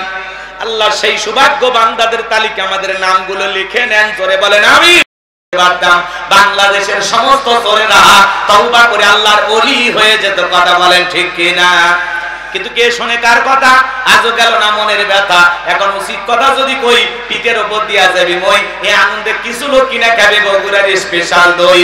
যত দোষ নন্দ ঘোষ, সত্যটা বললে দোষ, করলে অন্যায়ের প্রতিবাদ, নামটা হবে তোমার মৌলবাদ, নামটা হবে তোমার জঙ্গিবাদ। আল্লাহর আইন কে চালু করবে? সরিষাই তো ভুল। আমরা বারবার বললাম আল্লাহর আইন দিয়ে চোরের বিচার করেন, ধর্ষকের বিচার করেন, ওরা শোনে না। শোনে? কথা বলেন, শোনে? শোনে না। কে শুনবে? কারা আল্লাহর আইন চালু করবে? কারণ ওরা কলমের খোঁচা দিয়ে যে পরিমাণে দুর্নীতি করে, ওরা মনে করে প্রথম হাত তো আমারই কাটা যাবে। কথা কোন ঠিক? হ্যাঁ, যে পরিমাণে দুর্নীতি করছে, মেম্বার থেকে প্রধানমন্ত্রী পর্যন্ত সবার হাত কাটা যাবে। কথা কোন ঠিক না? ওরা ভয়ে আল্লাহর আইন চালু করে না। ওরা তখন বলে না এগুলো 1500 বছরের পুরাতন আইন, এগুলো ব্যাকডেট। এই বেটা ব্যাকডেট না আপডেট, খালি একটা টেস্ট কর, টেস্ট কর। কথা কর কি? কথা কর নাকি আপনারা? এই জমিনে আল্লাহর আইন চালু হোক। কারা কারা আছেন একটু হাত তুলে দেখান। লিল্লাহি তাকবীর। আলা লাহুল খলক ওয়াল আমরু, সৃষ্টি যার আইন চলবে সে আল্লাহ। ইফটিজিং, দুর্নীতি, খুন, ধর্ষণ বন্ধ হয় না। গণধর্ষণ, শিশু ধর্ষণ, যেখানে সেখানে ধর্ষণ বন্ধ হয় না। একজন চিনাকারী নারী পুরুষের বিচার আল্লাহর বিধান অনুযায়ী করেন, একজনের বিচার করেন। ইফটিজিং দূরের কথা, নারীর দিকে বাঁকা চোখে তাকানো দূরের করা কথা, যুবকদের স্বপ্ন দোষ বন্ধ হয়ে যাবে। কথা বলে ঠিক কিনা? এই জন্য আল্লাহর আইন জমিনে চালু না হওয়া পর্যন্ত শান্তি আসবে। কষ্ট হয়, আপনাদের কষ্ট হয়। তাহলে ফাসল্লি লিরাব্বিকা ওয়ানহার, রবের উদ্দেশ্যে সালাত আদায় করা লাগবে। যেমন তেমন নামাজ পড়লে হবে না। আমি আমার ওয়াজে বলে থাকি, এই দেশে নামাজি আছে 5 রকমের, 5-এর, 7-এর, খাটের, ঠাটের, ভোটের। বুঝলেন না তো? সংক্ষিপ্ত করে বলে দেই না, দেরি হচ্ছে। দোয়া করব, শুনবেন কিছুক্ষণ? ওই দোয়া দোয়া শোনেন। নিয়মিত যারা 5 ওয়াক্ত সালাত আদায় করে এরা খাঁটি মুসলমান। ফাসল্লি লিরাব্বিকা, রবের উদ্দেশ্যে, আল্লাহকে খুশি করার জন্য। কারা কারা 5 ওয়াক্ত নামাজ পড়বেন হাত তুলে দেখান। এই যে আমরা যারা নিয়ত করেছি আমরা খাঁটি মুসলমান, নির্ভেজাল মুমিন, কোন সুবহানাল্লাহ, হাত নামা। 7 দিন পরে পরে জুমার নামাজ পড়তে যায় যারা, লাইফ সাপোর্টে বেঁচে থাকা মুসলমান তারা। কথা কয় না? মানে এরা কোনো মতে মুসলমান আছে। 7 দিন পরে জুমার নামাজ পড়ে যা মসজিদের টাইসে ধুলে খোঁজে, আদে মসজিদের টাইসে ধুলে ধুলে বেতনটা না হালাল করেন, খাচ্ছেন আর বয়লার মতো মোটা হচ্ছে। কথা কয় না? এই ছেলে শোনো, মসজিদের ধুলে পরিষ্কার করার দায়িত্ব কি হুজুরের একা? এই বেটা, মসজিদের টাইসে ধুলে পড়ে আছে, ওখান থেকে ময়লাটা তুমি পরিষ্কার করো, আল্লাহ তোর অন্তরের ময়লা পরিষ্কার করে দেবে। বিশ্বনবী এক জায়গায় গিয়ে সালাত আদায় করলেন, মসজিদের পাশে একটা নতুন কবর। বিশ্বনবী সাহাবায়ে কেরামদেরকে লক্ষ্য করে বললেন, ও আমার সাহাবীরা, এই কবরে থাকা ব্যক্তি জান্নাতি। সুবহানাল্লাহ বলেন। সাহাবায়ে কেরাম বললেন, নবী গো, এই ব্যক্তি কেমন আমল করেছে যার কারণে জান্নাতি আমরা জানতে চাই। নবী আমার দেখে বলে, সাহাবীরা, এই ব্যক্তি আল্লাহর ঘর নিয়মিত ঝাড়ু দিত, এই জন্য আল্লাহ তাআলা খুশি হয়ে তার কবরটাকে জান্নাতের বাগান বানিয়েছে। তাহলে 7 দিন পরে পরে জুমার নামাজ পড়ে যারা, এরা হলো 7-এর মুসল্লি। আর মানুষ মারা গেলে জানাজার নামাজ পড়ে যারা, খাটের মুসল্লি তারা। ফজরের নামাজের পরে মসজিদের মাইকে এলান হয়, এই গ্রামের অমুক ব্যক্তি মারা গেছে, ইন্না লিল্লাহি ওয়া ইন্না ইলাইহি রাজিউন। মৃত্যুর সংবাদ শোনার পরে সবাই ছুটে আসে। ওই গ্রামের আরেকজন ব্যক্তি ঘুম থেকে উঠে বলে, বিবি শুনলি না উত্তর পাড়ার অমুক মারা গেছে? আরে লোকটা কত ভালো ছিল, এই পাঞ্জাবি ধুয়ে দে, ওর জানাজায় যাওয়া না। কয়েকদিন আগে ছুটিপুর বাজারে চা খেলাম, আরে কি ভালো লোক ছিল, চায়ের বিল দিতে দিল না, বেঁচে থাকলে আরো 10 দিন চায়ের বিল দিত। কথা কয় না? তাড়াতাড়ি পাঞ্জাবিটা ধুয়ে রেডি কর। বই এবার পাঞ্জাবি ধুয়ে রেডি হয়েছে, জহরে আজান হয়েছে, দৌড়ে মসজিদে চলে গেছে। যায় দেখে জানাজা শুরু হয়েছে কি জহর। ওর উদ্দেশ্য হলো জানাজা পড়া, জহরের নামাজ পড়া না। কথা কোন ঠিক? বাধ্য হয়ে সেদিন বলে যে হুজুর জানাজা পড়তে আসছি, জহরের 4 রাকাত পড়ে নি, আল্লাহু আকবার। লাশটার সামনে রেখে হুজুর ওয়াজ করে, কুল্লু নাফসিন যায়কাতুল মাউত, সবাইকে মৃত্যুর স্বাদ গ্রহণ করতে হবে। আজকে এই ব্যক্তির জানাজা, কালকে আপনার, সবাইকে যেতে হবে, দুনিয়া থাকার জায়গা না। হুজুরে ওয়াজ শুনে বলে, হুজুর ঠিক ঠিক, আহারে আলেমেরা যা বলে সব ঠিক, কি আফসোস, কি অনুশোচনা।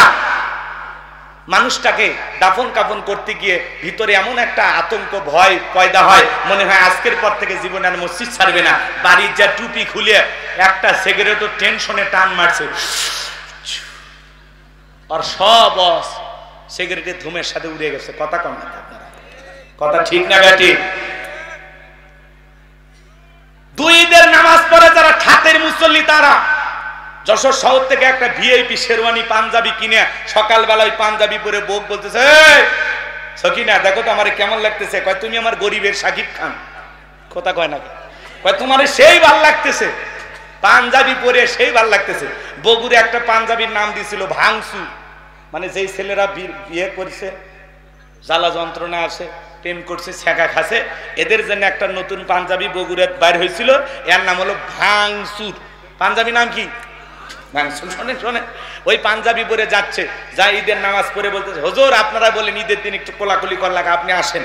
হুজুর নিয়ে একটু কোলাকুলি করার নিয়ত করছে ভাই, কিন্তু মাঝখানে এমন পেট, 26 মাসের গর্ভবতী, মাঝখানে পেট হয়ে গেছে ব্যারিকেড। কিসের কোলাকুলি হচ্ছে? খালি পেট আপনি, কথাকে বোঝেন না? হুজুর খালি বুকে নিবার চায়, হয় না, আজকাল পেট বেঁধে গেছে। কানে কানে হুজুর বলতেছে, ভাই রোজা কয়টা, 29টা না 30টা? তারাবি পড়ছেন না পড়েনি? কয় হুজুর ব্যবসায়িক চাপে রোজাও রাখতে পারিনি, তারাবি পড়তে পারিনি, কিন্তু ইফতার খাওয়া মিস করিনি, নিজেও খাসি, ও মুসলিমদেরকে ডেকে খিলেছি, আমার মন ভালো। কি ভালো আছে না? এরা হলো ঠাটের মুসল্লি। আর নির্বাচনের আগে মাথায় টুপি, গায়ে পাঞ্জাবি, খোসা খোসা দাড়ি নিয়ে সামনে হাজির হয় যারা ভোটের মুসল্লি, তারা এসে স্লোগান দেয়, ভাই আমার আগামীতে যদি নির্বাচিত করতে পারেন, গ্যাস দেব, বিদ্যুৎ দেব, উন্নয়নের জলে ভাসিয়ে ডুবিয়ে মারবো ইনশাআল্লাহ। কথা কয় না, আছে না নাই?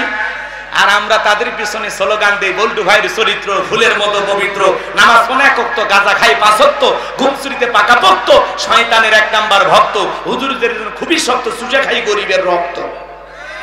পোস্টারে লেখা আছে গরিবের বন্ধু, ভোট দিয়ে দেখেন গরিবের কয় নাম্বার শত্রু। কথা কর না কেন? একটা বয়স্ক ভাতার কার্ড নিবে গেল 2-1000 খায়, রাস্তার বরাদ্দ হয় 10 কোটি টাকা, ওপর থেকে নিচ পর্যন্ত পকেট ভরাইতে ভরাইতে 8 কোটি শেষ, বাকি 2 কোটি টাকাতে কোনো মতে আলকাতরা দিয়ে রাস্তা কালো করে ধুয়ে যায়। ওই রাস্তার কালো পিছে ছাগল পেশাব করলে ভেসে যায়। কথা কন, ব্রিজে এমন দুর্নীতি করে ঢুকানোর কথা, রড ঢুকে দিয়েছে বাঁশ, ব্রিজ উদ্বোধন করার আগে রুকুত চলে যায়। এরকম দুর্নীতিবাজ আছে না নাই? এই দেশের এমপি মন্ত্রীর 11 লক্ষ কোটি টাকা দুর্নীতি করে বিদেশে পাচার করেছে। কথা বলেন ঠিক কিনা? খালি দুর্নীতি। এই দেশে দুর্নীতি করতে করতে লুটপাট করে খাইতে খাইতে রে ভাই এই দেশের মাটি থুয়ে সব খাচ্ছে। কথা কন, সব খাইছে, আবার হাড় হাড্ডি খাইছে। আরে ভাই এই দেশের আবার হাড় হাড্ডি আছে নাকি? সব খাইয়া গেছে। রাগ করতেছেন মনে হয় আপনারা। আমার ভাইয়েরা, কষ্ট মনের মধ্যে নেবেন না, তাহলে নামাজের মতো আদায় করা লাগবে। ফাসল্লি লিরাব্বিকা ওয়ানহার, রবের উদ্দেশ্যে সালাত, নিয়মিত আমরা সালাত আদায় করব। আর 2 নাম্বার ওয়ানহার মানে কুরবানি করা, নিজের আমিত্বকে কুরবানি করা, অহংকারকে কুরবানি করা, নিজের ভিতরে থাকা পশু সুলভ আচরণকে কুরবানি করা, নিজের জানমাল সবকিছু আল্লাহর জন্য কুরবানি করা। শহীদ আবু সাইদের মতো দেশের জন্য কুরবানি হওয়া, মুগ্ধের মতো দেশের জন্য কুরবানি হওয়া। কুরবানি করা মানে খালি গরু ছাগল জবাই করা না। 7 জন ভাগে একটা গরু কেনে, 4 জন দড়ি ধরে টানে, পেছন থেকে 3 জন ঠেলে। এমন গরু দুর্বল, যেই গরুর উপরে বয়স্ক ভাতা ওয়াজিব, হাটে যাওয়ারও শক্তি নাই। কথা কন না কে? এমন গরু জবাই করলে কুরবানি হবে না। হুজুর বলে, ভাই উপরে সব হাত দেখা যায়, এমন গরু জবাই করা যাবে না। কুরবানি স্থান পর্যন্ত হাঁটে যাওয়ার শক্তি নাই, কোলে করে নিয়ে গেছে। কথা কয় না কে? হুজুর বলতে যে ভাই গরু জবাই করা, হুজুর উপরে হাত দেখা গেলে ভিতরে গোশত সেট করা আছে, এমন দুর্বল গাবি জবাই করলে হবে না। আল্লাহ বলেন তাসুরুন নাজিরিন, চমৎকার একটা হুষ্টপুষ্ট আকর্ষণীয় সুন্দর গাবি জবাই করা লাগবে। কুরবানির ওয়াজ আমি করব না, আপনাদের মসজিদের ইমাম সাহেব করবে। আমি শুধু তিনটা জিনিস আপনাদেরকে বলে যাই, যারা কুরবানি দিবেন। এক নাম্বার নিয়ত সহি, ইন্নামাল আমালু বিন্নিয়াত, প্রত্যেকটা কাজ নিয়তের উপর নির্ভরশীল। অনেকে বলে হুজুর কুরবানি না দিলে ছেলে মেয়ে মানুষের গোশতের দিকে তাকায় থাকবে, অতএব কিস্তি তুলে হলেও কুরবানি দেব। জামাই বাড়িতে গোশত না পাঠালে মান সম্মান থাকবে না, এরকম নিয়তে যারা কুরবানি দিবে তাদের কুরবানি হবে। আগে খাওয়ার নিয়ত কে ভাই? কুরবানি করা মানে কি? ত্যাগ করা, স্যাক্রিফাইস করা, বিলিয়ে দেয়া, বন্টন করা, উৎসর্গ করা। ভোগের নাম কুরবানি নয়, ত্যাগের নাম কুরবানি। আপনার পাশে গরিব মানুষ মশলা বাইটা, আদা রসুন বাইটা বৈশা আছে, ছোট ছোট বাচ্চাগুলো কাঁদে আর বলে মা মশলা তো রেডি, কই গোশত তো রান্না করো না। মা বলতেছে বাবা একটু অপেক্ষা কর, কেউ যদি দুইটা টুকরো দিয়ে যায় ওইটা দিয়ে তোদেরকে খাওয়াবো, একটু অপেক্ষা কর। আর আপনি হুজুরের কাছে মাসালা জিজ্ঞাসা, হুজুর ফ্রিজে কত দিন রেখে খাওয়া যায়? হ্যাঁ, হুজুর বলতেছে যতদিন ইচ্ছা রাখেন। এই কুরবানি গোশত পরের কুরবানি পর্যন্ত নিয়ে গেছে, আত্মীয় স্বজনের সামনে খাবার দিয়েছে, বলছে ভাই গোশত এত শক্ত কে? কয় কুরবানির গোশত ফ্রিজে ছিল তো। হরি মুসলমান, কি রাগ করতেছেন? যারা কুরবানি দিয়েছেন, আগে আপনার প্রতিবেশী যে কিনতে পারে না 6 মাসের 1 কেজি, তারে আগে খাওয়া, তারে আগে খাওয়া, তার মুখে কাঁদে ধরণী। জোরে বলেন মারহাবা। 63 বছরের জিন্দেগিতে একটি মিথ্যা কথা বলেননি নবী মুহাম্মদ রাসূলুল্লাহ সাল্লাল্লাহু আলাইহি ওয়াসাল্লাম। আর আমাদের সমাজের নেতারা সকালে মিথ্যা, বিকেলে মিথ্যা, ভরা পেটে মিথ্যা, খালি পেটে মিথ্যা, ঘুমানোর আগেও মিথ্যা, ঘুম থেকে উঠেও মিথ্যা। এত মিথ্যা কথা বলে শয়তান পর্যন্ত বলে আমি এত খারাপ না। কথা কন নাকি আপনারা?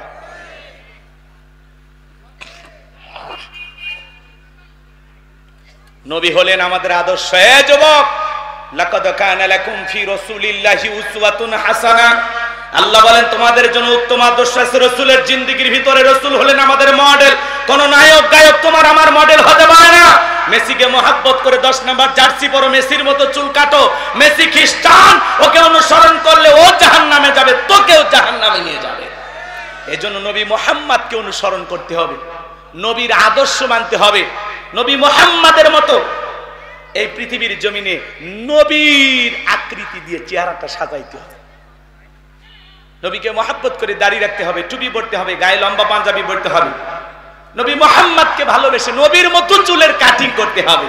আর তুমি চুলের একা বেঁকা কাটিং কইরা, হ্যাঁ, এই সাইড দিয়ে পুরো চুল কেটে মাঝখানের চুলগুলো তেল মোবিল দিয়ে খাড়া করে রাখছে মনে হয় খেরের পালা। কথা কন, পিছনে আবার লেখে রাখছে আর আর তেরুজি না অক্সর আমি বুঝি না, অ্যাঙ্গেলে ম্যাট দিছে। এরকম দুষ্ট পোলাপান আছে না? না। আল্লাহ যুবকদের হেদায়েত দান করুক, জোরে বলেন আমিন। আমার কথা শোনেন, বিশ্ব নবীকে নিয়ে মক্কা নগরীতে একজন গালি দিয়েছিল, এর নাম ওলীদ বিন মুগিরা। ওয়াকাত্ত ভাষায় বিশ্ব নবীকে গালি দেয়। নবীকে গালি দিতেছে, আল্লাহ রাব্বুল আলামিন সহ্য করলেন না। আসমান থেকে আল্লাহ আয়াত নাজিল করে বলেন উতুল্লিম বাদা যালিকা জানিম।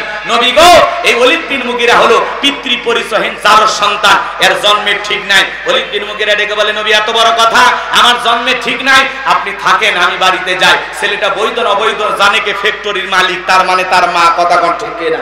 এইবার এই ছেলেটা ওলীদ বিন মুগিরা তার বাড়িতে গেল। যাওয়ার পরে তার মায়ের নাম ছিল ঝর্ণা। যায় বলে মা করবি না কোনো তালবাহানা, নবী মুহাম্মদ আমাকে বলেছেন উতুল্লিম বাদা যালিকা জানিম, আমি নাকি পিতৃ পরিচয়হীন জারর সন্তান, আমার নাকি জন্মের ঠিক নাই। ওলীদ বিন মুগিরার মা মনে মনে ভাবতেছে এই গোপন তত্ত্ব নবী জানলো কেমনে? নবী তো জানতেন না, নবীকে জানিয়ে দিয়েছেন তিনি কে। ওলীদ বিন মুগিরার মা বলতেছে বাবা আমারও বয়স হয়ে গেছে, এক পা কবরে চলে গেছে, আমি মিথ্যা বলবো না, তবে শোন ওলীদ বিন মুগীরার মা এবার সত্য ফাঁস করে দিয়ে বলতেছে, বাবা শোন, তোর বাবা ব্যবসা বাণিজ্যের কাজে এতটাই ব্যস্ত থাকতো, তোর বাবা ব্যবসা চেনে, টাকা চেনে, কিন্তু তোর মায়ের মন বোঝে না, সে যে কেন আসে না, কিছু ভালো লাগে না, এবার আসুক, তারে আমি মজা দেখাবো। দেখবেন ভাইয়েরা যখন বিদেশে থাকে, এলাকায় দেবর আমদানি কমে না বাড়ে, ওরা ভাবি দুয়ারে যা স্লোগান দেয়, ভাবি ভাইয়া তোমার বর, আমি যে দেবর, ভেবে দেখো ভাবি কার কত দাবি, ভাই গেছে মালয়েশিয়ায়, আমি তো দেশে আসি। কথা কন না কেন? সুযোগ পাইলে ভাবি রুমের ভিতরে প্রবেশ করে বলে, ভাবি আপনার যে চেহারা দেখে মনে হয় না যে আপনার বিয়ে হয়েছে। এই বদমাইশ, বিয়ে না হলে ভাবি দেখিস কারো। ভাবি যে ডিজিটাল ভাবি এগুলো শুনে খুশি হয়, আর ভাবি যদি হাফেজ আলেমা হইতো, মাদ্রাসায় পড়তো, আল্লাহর কোরআনের জ্ঞান থাকতো, তাহলে ডেকে বলতো কুল্লিল মুমিনিনা ইয়াগুদ্দুনা মিন আবসারিহিম। হে দেবর, আল্লাহ তাআলা বলেছেন মুমিন পুরুষের দৃষ্টি থাকবে নিচের দিকে, আমাকে দেখার অধিকার তোর ভাইয়ের আছে, তোর জন্য আমাকে দেখা জায়েজ নাই, ঘর থেকে বের হয়ে যা। মা বোন যারা আবার শুনতেছেন, মা দুইটা পুরুষ হইতে দূরে থাকবেন, একটা দেবর আর একটা দূরে ভাই, এরা হলো মৃত্যু তুল্য, বিষাক্ত সাপের চাইতেও ভয়ঙ্কর। কথা কন নাকি আপনারা? আজকে যুব সমাজের চরিত্র নষ্ট করার মূল যে অস্ত্র, তার নাম হলো এই মোবাইল। মোবাইলের ওজন কম, কিন্তু মোবাইলের মাধ্যমে পাপের ওজনটা অনেক বেশি। কথা বলেন ঠিক কিনা? সারা রাত জানালা দরজা লাগাই একা একা রুমের ভিতরে শুয়ে থেকে উল্টা পাল্টা ভিডিও দেখে। কথা কন নাকি? রাগ করতেছেন আপনারা? এরকম সন্তান আছে না নাই? মা বাবা যখন দরজা নক করে, রুবেলে ভিতরে কি হয় রে, তখন পড়তেছে বাংলাদেশের স্বাধীনতার যুদ্ধ হয়েছে 1971 সালে, পড়ার ভান করে। আবার মা বাবা চলে যায়, আবার উল্টা পাল্টা ভিডিও দেখে। কথা কন ঠিক কিনা? তাহলে আমাদের সন্তানদেরকে নষ্ট করতেছে এই টাচ মোবাইল। কথা কন না? কথা কন না কেন? ও দেশে মোবাইল আইছে, চিঠি বন্ধ হইয়াছে, দিওয়ানা বানাইছে, পোলা মাইয়ার মনের কথা হাসে বাতাসে। ও দেখো পোলা পানের মন বাদা ফেসবুকে এখন, মোবাইলে চ্যাটিং কইরা কাটায় সারাক্ষণ। এই মোবাইল পাইয়া দেখো মদনের মাইয়া, এই মোবাইল পাইয়া দেখো মদনের মাইয়া কি কাণ্ড ঘটাইছে, স্বামী সংসার রাইখা নাকি পলাইয়া গেছে, সে যে স্বামী সন্তান রাইখা নাকি পালাইয়া গেছে। কথা কয় না? এ যুবকে, ঠিক আছে, 2 বাচ্চার মা, 4 বাচ্চার মা পরকীয়া প্রেম করিয়া স্বামী রেখে সন্তান রাইখা আর একটা পর পুরুষের হাত ধরে পালিয়ে যায়। যে নারী স্বামী রেখে সন্তান রেখে আর একটা পর পুরুষের হাত ধরে পালিয়ে যায়, ওটা নারী না, ওটা পাশানি, ওটা নারী জাতির কলঙ্ক, বিশ্বাসঘাতক নারী। কেমনে পারলা মা? ও বোন, তুমি কেমনে পারলা স্বামী রাইখা সন্তান রাইখা আর একটা পর পুরুষের হাত ধরতে? কেমনে পারো? এই কথা কয় না কেন? এই পরকীয়ার অভিশাপে হাজারো পরিবার ধ্বংস হয়ে যাচ্ছে। আজকে বাড়ি হলো সেই টাঙ্গাইল, চলে আসছে যশোর। কেমা তুমি যশোরে কেন? ছুটিপুর বাজারে। কয় এই গ্রামের বল্টু কি করছে? বলে আমি বলবো না। আরে না বললে আমরা বুঝবো কেন? বলে এই গ্রামের বল্টু আমার সাথে প্রেম করেছে, মোবাইল। আর কি করছে? বলে আমরা স্বামী স্ত্রীর মতো হোটেলে থাক। আর বললাম না। তার কি হয়েছে? বলে আমাকে বিবাহ করলে ভালো, না হলে আমি আত্মহত্যা করে মারা যাব। তো তোমার বিয়ে হয়নি? বলে হয়েছে। আগে স্বামী কি করছো? কয় ডিভোর্স দিছে। বাচ্চা কাচ্চা? কয় 2টা আছে। কার কাছে রাখছো? কয় মায়ের কাছে। এখন তুমি কি চাও? বলে বল্টু আমাকে যদি বিবাহ করে ভালো, না হলে আমি সিদ্ধান্ত নিয়েই ফেলেছি, এই মুখ আমি কাউকে দেখাবো। কথা কয় না কে? তো মরিয়া যাওয়াই উচিত। হ্যাঁ, কথা কয় না কে? এই নারী, তোমার সম্মান কত, মর্যাদা কত? হ্যাঁ, নারীর মর্যাদা কত? ইসলাম নারীকে কত উঁচু আসনে বৈশা রাখছে। নারীর সম্মান মর্যাদা কত? ও মা, তোমার মতো নারী পেট থেকে নবী রাসূলদের জন্ম হয়েছে, উলামায়ে কিরামদের জন্ম হয়েছে, হাফেজ আলেমদের জন্ম হয়েছে। ও মা, তোর পায়ের নিচে আমাদের জান্নাত। মা, কেমনে পারলা নিজেকে কলঙ্কিত করতে? এ কথা কর না কেন? কেমনে পারলা নিজেকে সস্তা বানাইতে?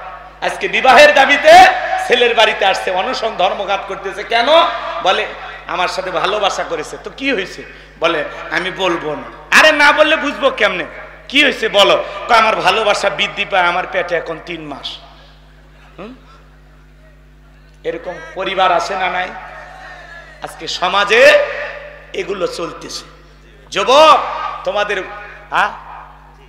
অনুরোধের ভাষায় বলতেছি, বিবাহের আগে কোনো অবৈধ প্রেম ভালোবাসা করা যাবে না। 20 বছরের ছেলে নাক চিপলে মায়ের দুধ বের হবে। ও বলে, আব্বা উত্তর পাড়া লাকিকে আমি কথা দিয়েছি। কেন? কয়, আমি তাকে বিবাহ করতে চাই, রাজি থাকলে 1 চাপুন, না হলে 2 চাপুন। পিতামাতা রাজি হয় না, পালিয়ে যা, বিয়ে করে। এই ছেলে, একটা ডায়েরি নিয়ে আসো আর লিখে রাখো, পিতামাতার অবাধ্য হয়ে মা বাবার মনে কষ্ট দিয়ে কোন সন্তান যদি পালিয়ে বিয়ে করে, ওই সন্তান জীবনে কখনো সুখী হতে পারবে না, পারবে না, পারবে না। পিতামাতার দোয়া আছে যেখানে বরকত আছে, সেখানে মা বাবার অবাধ্য হয়ে বিয়ে করবা, জীবনটা জাহান্নাম হয়ে যাবে। কথা বলে ঠিক কিনা? পিতামাতার দোয়া আছে যেখানে ভাগ্য খুলবে, সেখানে মা বাবার দোয়া আছে যেখানে কল্যাণ আছে, সেখানে মুরব্বীদের দোয়া আছে যেখানে বরকত আছে। একা মাতবাড়ি করিস না। কথা কয় না কেন? মা বোনদেরকে বলবো, মা নিজেকে সস্তা বানাবেন না। ও মা, তোমার অনেক দাম, তোমার অনেক মর্যাদা। মা নিজেকে পর্দার ভিতরে রাখো। দেখলা না 8 বছরের শিশু একটা কন্যা আসিয়ার কি অবস্থা হয়ে গেল? এই জন্য আসিয়া প্রমাণ করে দিল, দুলা ভাই কখনো আপন ভাই হয় না, তাওই কখনো বাবার মতো হতে পারে না। কথা বলে ঠিক কি না? এই জন্য এখান থেকে আমাদেরকে শিক্ষা গ্রহণ করতে হবে। 1500 বছর আগে আল্লাহ যে পর্দার বিধান দিয়েছেন, অকরনা ফি বুয়ুতিকুন্না ওয়ালা তাবাররাজনা তাবাররুজাল জাহিলিয়াতিল উলা, নারীরা তোমরা ঘরের ভিতর অবস্থান করো, খবরদার জাহিলিয়াতের যুগের মেয়েদের মতো নোংরা অশ্লীল পোশাক পরে নিজের দেহকে প্রদর্শন করো না। নারীরা পর্দা মানলে শান্তি, পর্দা মানলে মুক্তি। নারীরা পর্দা মানলে পর্দা নারীকে সিকিউরিটি দেবে, নিরাপত্তা দেবে। পর্দাশীল নারীর উপরে আল্লাহর রহমত নাজিল হবে। কথা বলেন ঠিক কিনা? এই জন্য মা বোনদেরকে অনুরোধের ভাষায় বলে যায়, মা বেপরদায় চলাফেরা করো না। ও মা, একটা নারী যদি ঢিলাঢালা বোরকা পরে, হাত মুজা পা মুজা লাগায়, মনের অজান্তে শ্রদ্ধা সম্মানে মাথাটা নত হয়ে আসে। কথা বলেন ঠিক কিনা? আল্লাহ আমার মা বোনদেরকে পর্দা করার তৌফিক দান করুন। একটু জোরে বলুন আমিন। 4টে আমলের মা বোনদের 8টা জান্নাতের দরজা খোলা। 1 নাম্বার নামাজ, 2 নাম্বার রোজা, 3 নাম্বার ফরজ পর্দা, 4 নাম্বার স্বামীর খেদমত। ও মা, আপনাদের আমল কম, দামটা বেশি। আল্লাহ আল্লাহ আমার মা বোনদেরকে পর্দা মাইনা চলার তৌফিক দান করুন। জোরে বলুন আমিন। এই সমাজকে ধ্বংস করেছে কি বললাম? কি মোবাইল। রাগ করছেন? ও দেশে টিকটক আসিয়া সব গেল ভাসিয়া। টিকটক ভিডিও দেখেননি? ছোট ছোট বাচ্চারা টিকটক ভিডিও করে। কথা বলে আছে আছে আছে আছে মহিলাও টিকটক ভিডিও করে, নুডলস রান্না করে। তাও বলতেছে, হ্যালো বন্ধুরা, দেখেন কিভাবে নুডলস রান্না করতে হয়। প্রথমে তেল দিবেন, এরপরে তেজপাতা, তারপরে আমার গালত একটা থাপ্পো। স্বামী ঘুমায় আছে, স্বামী চুল নাড়তেছে আর বলতেছে স্বামী হলো পৃথিবীর দামি সম্পদ। ও নারীরা, যেদিন বাবার বাড়িতে যাইবা স্বামীকে ডিভোর্স দিয়া, সেদিন বুঝতে পারবা স্বামী কত বড় দামি ছিল। এগুলো বইলা কন্টেন্ট তৈরি করতেছে, ভিডিও করা শেষ, স্বামী ল্যাপটি মেরে কয়, যা ভিডিও আপলোড হয়ে গেছে। কথা কয় না? এরকম আছে না না? আছে না না? ওদেশে টিকটক আসিয়া সব গেল ভাসিয়া। সিদ্দিক সরা নায়ক হইছে আইডি খুলিয়া, হিরো আলম নায়ক হইছে আইডি খুলিয়া। এই মোবাইলে হাই কি জাদু আছে ভাই, পোলাপান বুইজাছে, পড়ালেখা তুইলা রাখছে সপ্তম আকাশে। এখন আর পড়াশোনা ভালো লাগে না, অটো পাস। তবে তোমাদের আপাত নাই, এখন আছে অন্য সরকার, পরীক্ষাতে পইরাই পাস করা লাগবে। কথা কয় না কেন? না লেখলে, না পড়লে পাস হবে না। ওই দিন চলে গেছে। সন্তানদেরকে আল্লাহ পাক সঠিক বুঝ দান করুন। জোরে বলুন আমিন। অনেক কথা বলার আছে বাজান, সামনের দিকে আর যাওয়ার সুযোগ নাই, সংক্ষিপ্ত কথা বলে দিয়া যায়। এই ওয়ালিদ বিন মুগিরার মা বলতেছে, বাবা রে, তোর বাবা ব্যবসা বাণিজ্যের কাজে এতটাই ব্যস্ত থাকতো, তোর মায়ের মন বসতো না। বাড়ির আশেপাশে তোর চাচা ঘুরঘুর করতেছিল, তারে দিয়ে ভালোবাসা বিনিময় করেছিলাম, তার ফলে তোর জন্ম হয়েছে। নবী যে তথ্য দিয়েছে 100% সত্য। আজও পৃথিবীর জমিনে যারা নবীকে গালি দেয়, ফ্রান্সের যে জালেমেরা গালি দিল, কেন গালি দিল জানেন? পৃথিবীর 228টা রাষ্ট্র নিয়ে গবেষণা করা হলো, ফ্রান্সের লোকেরা কেন গালি দিল। এইবার গবেষণায় বের হয়ে আসছে, ফ্রান্সের মহিলারা বিয়ের আগে বাচ্চা জন্ম দেয়। বিয়ের আগে যদি কারো সন্তান হয়, ওটা বৈধ না অবৈধ, ওটা হালাল জাদা না কি জাদা? আজও পৃথিবীর জমিনে যারা নবীকে গালি দিবে, যারা ভারতের যেই কুলাঙ্গাররা গালি দেয়, মনে রাখবেন বাজান, বিশ্ব নবীকে গালি অবৈধ যারা সন্তান তারা, তুমি আমারে গালি দাও মাইনে নেব, আমার বাপ মাকে গালি দাও মাইনে নেব, আমার দলকে গালি দাও মাইনে নেব, কিন্তু বিশ্ব নবীকে ছোট করে অসম্মান করে বিশ্ব নবীকে যদি কেউ কুরুচিপূর্ণ মন্তব্য করে, আম্মা জানাই সাকে যদি কেউ গালি দেয়, ওই নাস্তিক বেঈমানের বুকের উপরে চইরা জিহ্বা টান দিয়ে ছিঁড়া কুকুরকে খাওয়াই দেব। নবীজির অপমান মেনে নেওয়া হবে না। নবীর জন্য কারা কারা জীবন দিতে প্রস্তুত? দুই হাত তুলে আল্লাহকে দেখান। লিল্লাহে তাকবীর। বিশ্ব নবীর অপমান সইবে না রে মুসলমান, বিশ্ব নবীর অপমান। লিল্লাহে তাকবীর। হাত নামান। নবীজির অপমানে যদি না কাঁদে তোমার মন, মুসলিম নয় তুমি মুনাফিক, নবীজির দুশমন। এইজন্য নবীর ইজ্জত সম্মান রক্ষা করার জন্য জীবন দিতে প্রস্তুত থাকবেন তো ইনশাআল্লাহ? আল্লাহ কবুল করুন। আর কথা সামনের দিকে যাব না, এখনই আমরা দোয়ার দিকে চলে যাচ্ছি। আমার প্রিয় ভাই কবির বিন সামাদ, তিনি আপনাদের এই এলাকাকে আলোকিত করার জন্য ঠিকানা তানজিমুল কোরআন ক্যাডেট মাদ্রাসা নামের যে প্রতিষ্ঠানটা হাতে নিয়েছেন, সন্তান দিবেন, বুদ্ধি পরামর্শ দিবেন, সার্বিক সহযোগিতা করবেন, ভালোবেসে পাশে থাকবেন। আমার বিশ্বাস আগামী 10 বছর পরে আপনারা দেখতে পারবেন এই জায়গায় কত বড় একটা দ্বীনি প্রতিষ্ঠান হয়। কথা বলে ঠিক কিনা? আল্লাহ এই দ্বীনি প্রতিষ্ঠানটিকে কবুল করুন। আমার প্রিয় ভাইয়ের আয়োজনকে কবুল করুন। আখিরি দাওয়ানা আলহামদুলিল্লাহি রাব্বিল আলামিন। আসসালামু আলাইকুম ওয়া রাহমাতুল্লাহি ওয়া বারাকাতুহু।